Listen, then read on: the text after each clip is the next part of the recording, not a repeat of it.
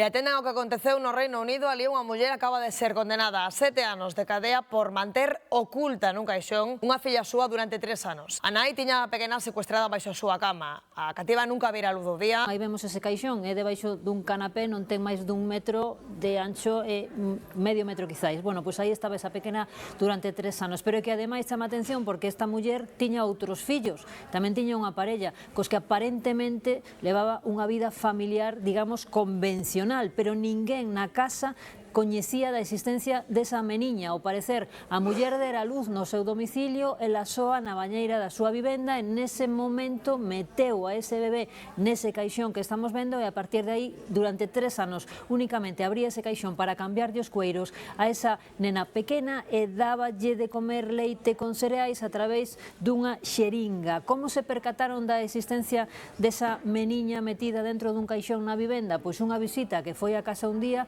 pasou por esa zona onde sempre estaba esa habitación pechada con chave, pero ese día non estaba pechado, escoitou choros de bebé e aí deu a voz de alarma e chamou a policía. A pequena estaba desnutrida, nin falaba, nin camiñaba, tiña 3 anos, ten 3 anos, agora está nun centro de acollemento e a nai acaba de ser condenada a 7 anos de prisión. Ela argumenta que esa meniña foi froito dunha relación que ela mantivo cun home que a maltrataba. E a partir dese momento, ela di que non quería saber nada da pequena.